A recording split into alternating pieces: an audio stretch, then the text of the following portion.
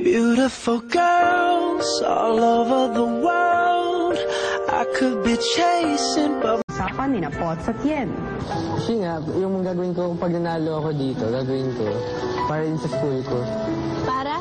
Sa school. Ano? Gusto ko kasi mag-aral abroad. Gusto ko mag-independent.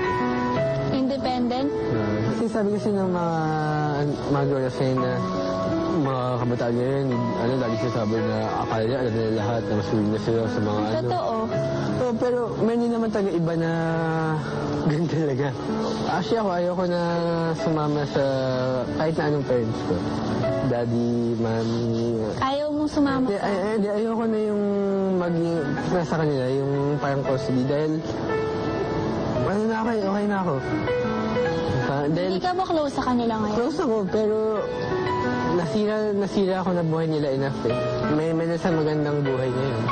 And, Bakit? Sinisisi mo yung sarili mo kung ba't sila nasira? yeah.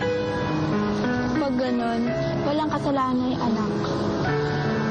Hindi yung sasabihin niyo, pero hindi ko kasi alam yung feeling ng anak eh na, isipin mo, dalawang tao. On their way to, nasa college na sila. Ang ganda ng future niya na parehas silang smart. Ano? Ang ganda ng future nila ahead of them. Pag makagraduate sila, then dumating ako. Hindi sila nakapagtapos. Nasira mga plano nila. So, makita yung nanay at tatay ko na magkasama.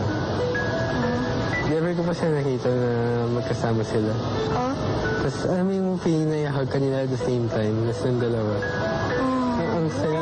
Iyan. Uy, hindi mo pa kinukwento na iiyak na nakakainis ka po.